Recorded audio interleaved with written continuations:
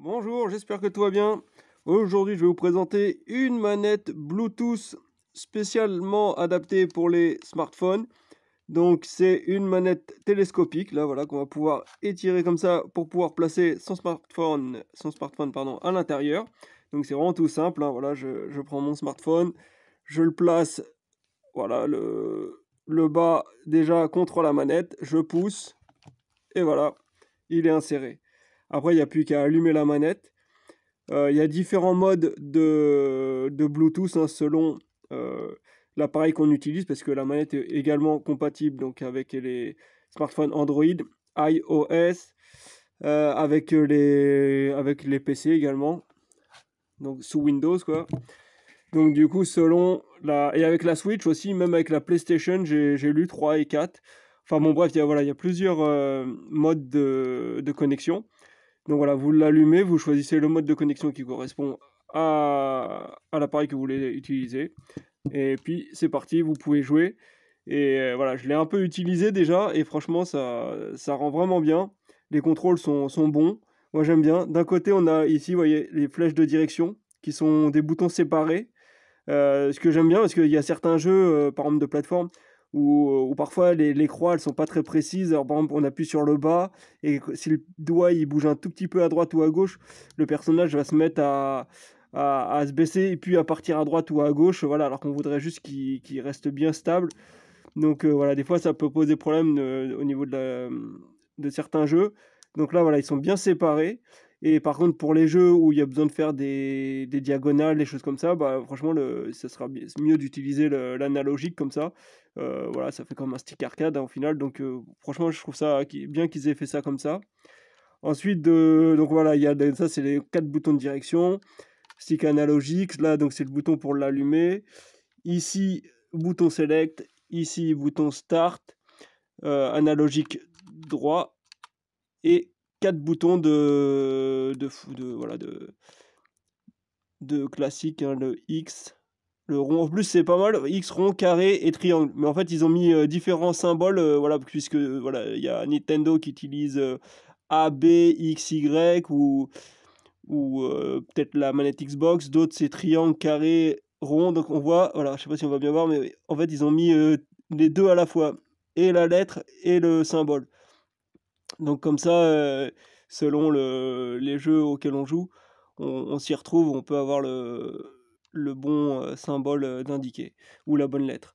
Ensuite, on a les gâchettes. Donc voilà, gâchette de droite, gâchette de gauche, et encore deuxième gâchette à gauche, deuxième gâchette à droite. Et sinon, on a le port USB 3 type C, pardon, USB type C qui permet donc de recharger la manette. Là, il y a un petit trou, je suppose que c'est pour faire un reset de la manette, hein, je suppose, si jamais il y a un bug ou quoi que ce soit. Et voilà. Et à l'arrière, il y a encore deux autres boutons, M1 et M2. Pour l'instant, que j'ai pas eu l'occasion d'utiliser parce que les émulateurs que j'ai testé, enfin j'ai testé que sur PS Vita, l'émulateur Vita 3K. Et ça, c'est pas utilisé. Donc on verra, mais ça peut être pratique, hein, c'est toujours bien d'avoir des boutons supplémentaires. Donc on voit le nom du modèle, BSP-D3. Voilà, une batterie de 500 mAh, je crois. Il faut que je revérifie dans la notice. Ils disent que ça dure environ 20 heures, hein, donc c'est plutôt pas mal, 20 heures de jeu. Voilà. Et c'est tout ce qu'il y a à regarder sur la manette. Et voilà, c'est simple et efficace. Donc déjà, je vais commencer par installer le smartphone à l'intérieur. On va juste regarder la boîte comme ça, c'est bien parce que ça vient, je l'ai acheté sur AliExpress, hein, et ça vient quand même avec une boîte, parce que parfois ça vient juste tel quel. Donc là il y a une boîte qui est bien, qui est venue pas abîmée, rien du tout. Donc voilà, on voit ici qui c'est indiqué, hein, donc télescopique jusqu'à de 50,4 pouces à 68,8 pouces. Voilà, ça c'est un smartphone, donc je l'avais présenté dans une autre vidéo là pour l'émulateur Vita 3K. C'est le Freeond M5. Qu'est-ce que je dis? M5A, quelque chose comme ça. Je vais vous redire ça tout à l'heure, j'ai un doute. Ça peut-être écrit comment ça s'appelle déjà? Ouais, c'est ça, M5A, voilà, Freehand M5A, 8 gigabits de RAM et 256 gigabits de ROM. Donc ouais, j'avais dit qu'il était vraiment pas mal pour les émulateurs ce téléphone, puisqu'il avait mine de rien une certaine puissance et franchement il fonctionne vraiment bien, hein, même en tant que téléphone normal. Voilà, la caméra est bien, l'écran tactile il est de bonne qualité, il répond bien. Il n'y a que le son, on pourrait dire, dans certains cas, il n'est pas très très fort. C'est le plus gros bémol, on va dire, que je pourrais donner sur ce téléphone. Mais ça peut se corriger, soit en mettant des écouteurs, en branchant des écouteurs. Il y a la prise casque ici. Et sinon, il y a des applications qui permettent de booster le son si jamais, voilà, vous voulez essayer de compenser un peu. Mais voilà, si on met à fond, on arrive quand même, voilà, il y a un certain volume quand même. Donc voilà, le smartphone, la boîte. Alors il y a ah oui, j'avais dit, voilà, donc du coup, voilà, on voit l'extension. Alors, la batterie, c'est 400 mAh. Donc apparemment, ils pensent que ça fait environ 20 heures de jeu. Donc ça supporte le Steam Deck apparemment, Windows 7 à 11, les PC Windows 7 à 11, Android 6 et plus, et iOS 13.4 et plus. Voilà, ils précisent pas Switch et tout ça, mais c'est dans la notice que j'ai vu ça. Donc voilà, à l'arrière de la boîte, là, ils expliquent un peu les boutons avec du chinois, a priori, je pense que c'est du chinois là, et de l'anglais. Voilà, bon, ça, de toute façon, je vous ai expliqué. Ah ouais, juste, j'ai pas précisé que voilà, ils sont cliquables, hein, les sticks. Donc ça fait encore 2 boutons supplémentaires. Alors la notice est en anglais et en chinois. Et voilà, il y a 3 langues, mais deux c'est... je ne saurais pas dire si laquelle est le chinois, laquelle est une autre. Mais voilà, nous, ce qui nous intéresse, c'est au milieu, c'est l'anglais. Donc on voit, voilà, elle est pas mal, elle explique clairement les différentes fonctions de la manette. Bon, je sais pas si ça va être super visible, mais de toute façon, c'est juste rapidement pour montrer qu'il y a les différents modes de connexion d'indiquer, voilà, à partir d'ici, Android, Shooting Plus, V3. Voilà, ils expliquent comment sélectionner chaque mode de connexion. Donc ici, il y aura la LED 1 d'actionner si on a le mode Android Shooting Plus V3. Ensuite, on a le Android standard. Donc dans ce cas-là, il faut appuyer sur X et la touche démarrer. Il parle aussi de... Ah voilà, en fait, le mode Shooting plus V3. A priori, c'est quand on veut utiliser la fonction pour mapper les touches. Ça, j'ai pas encore essayé, je pourrais pas vous dire. Tout ce que je peux vous dire, c'est que bizarrement, moi, sur le téléphone, là, le Freehand, la mode de connexion qui convient, c'est pas Android standard. Celui-là, Android Shooting Plus, a priori, j'ai pas réussi à le faire fonctionner non plus. Mais c'est la mode de connexion iOS, donc c'est un peu bizarre. Mais voilà, ils disent là, LED 3 qui sera enclenché, et vous allez voir que moi, c'est cette connexion-là qui convient bien au portable, à mon portable, là, le Freehand. Donc du coup, voilà, donc faudra peut-être, voilà, la notice est importante pour bien voilà, se référer pour voir le mode de connexion nécessaire. Et peut-être parfois sur certains jeux, il faudra changer le mode de connexion. Enfin bon, c'est un peu toujours pareil avec les manettes Bluetooth, hein. Il faut varier selon les supports qu'on utilise et les jeux, etc. Donc voilà, vous voyez, j'insère la manette à l'intérieur. Je vais passer un petit coup de chiffon pour qu'il y ait un petit peu moins de traces sur l'écran. On va essayer, voilà, plus ou moins. Donc là, on allume. Alors attendez, je vais le déconnecter. Voilà. On va mettre l'émulateur Vita 3K. Voilà, bon là j'ai déjà un jeu qui est enclenché, mais on va revenir en arrière. Hop, voilà. Donc voilà, là on est dans l'émulateur Vita 3K hein, que j'ai présenté dans ma dernière vidéo, qui fonctionne bien avec ce téléphone. Donc là, voilà, on voit que... alors là, du coup, ouais, justement. Là, du coup, bien sûr, là, elle n'est pas encore connectée. Donc, on va regarder ça pour connecter. Donc, on va dans Bluetooth. Voilà.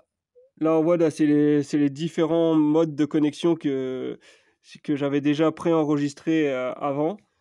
Donc, moi, ce que je vais faire, c'est que je vais allumer simplement la console, la manette, je veux dire, dans la config, telle qu'elle. Moi, j'ai juste besoin de l'allumer puisque je l'ai déjà préprogrammé, la configuration. Voilà, j'allume, on voit que ça clignote, et voilà. Et quand ça s'arrête de clignoter, c'est que ça y est, il s'est connecté au smartphone. Donc, moi, c'est bon, j'ai plus qu'à revenir là.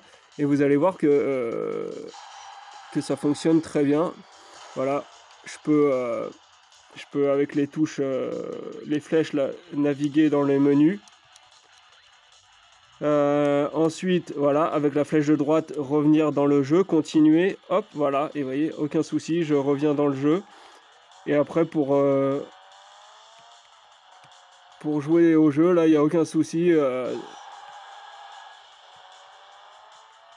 Ça contrôle super bien. Voilà, il y a le stick droit là qui permet de changer la vue comme ça. Là, ça permet d'accélérer. On peut accélérer avec le bouton L aussi. Alors, vraiment, je sais pas pourquoi la caméra elle est un peu sur le côté comme ça. Hop là, en plus on peut contrôler le jeu avec en fait avec et les flèches. Il va falloir que je recule parce que lui il m'empêche de passer. Allez, il est figé. De toute façon, je vais recommencer une partie, ce sera plus simple. Recommencer. Voilà. Oui.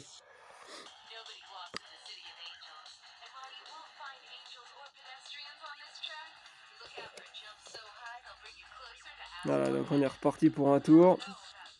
Voilà. J'appuie sur X ici, là. Voilà, et ce qui est bien aussi, c'est que les touches sont rétro-éclairées. Donc voilà, même si je joue dans le noir, là, hop, je vais faire comme ça. Voilà, je vais couper un peu. Voilà, on voit que les touches, même dans le noir, elles restent visibles. Alors, bien sûr, pas les sticks, par contre. Peut-être, je sais pas si c'est dommage ou non. Peut-être un petit anneau lumineux, ça aurait pu être pas mal.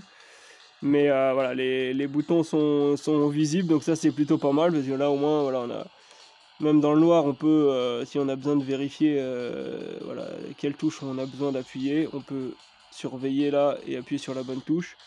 Donc voilà, donc on va démarrer tranquille, on va redémarrer la partie là, voir ce que ça donne.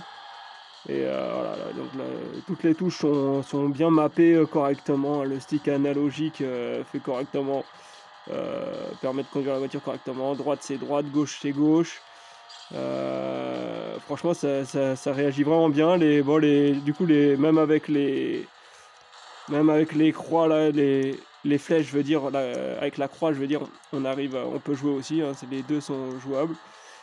Le stick analogique droit, voilà, permet de, voilà, du coup, faut que je rallume la lumière parce qu'on peut pas voir. Voilà, avec là, ça permet de naviguer, de voir la voiture sur les côtés. Là par contre les clics ils sont pas reconnus puisque la PS Vita n'avait sûrement pas d'analogique cliquable.